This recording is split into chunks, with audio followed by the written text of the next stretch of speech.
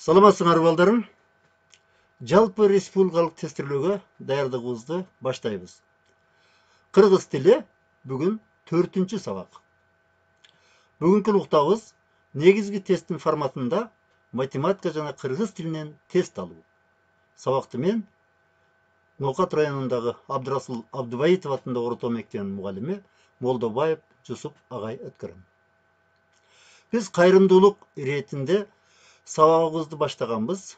Буга Ош, Баткен, Жалал-Абад, Талас областарынан Ош, Кызылкыя, Жалал-Абад, Сүлүктү, Талас шаарларынан 8000ден ашын окуучу тартылган.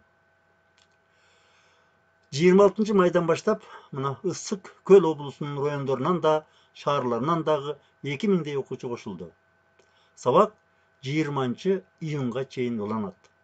Топко кошулган мугалимдердин талыкпас эмгегине алдын ала ыраазычылык билдиремин. Сиздерден дагы бир өтүнүч. Ар бир окуучуга ушул тапшырмаларды аткаруу боюнча иш дептер түздүрсөңүздөр. Балдар сызыла иштесе, материалдарды дептерге түшүрүп, талдап, кошумчалап, мугалим менен бири-бири менен кайтарым байланыштарга чыгып турушса гана жугумдуулук жогору болор эле. Убакыт аздап баратат. Чын дилден кириштешели.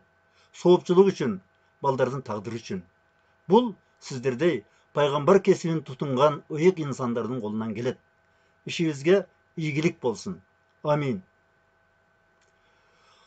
Мурдагы сабактарда жыртыга келүүчү тесттердин форматтарына, аналогия, сүйлөмдү толуктоо жана аларды аткаруунун алтын ыкмаларына токтолгонбуз.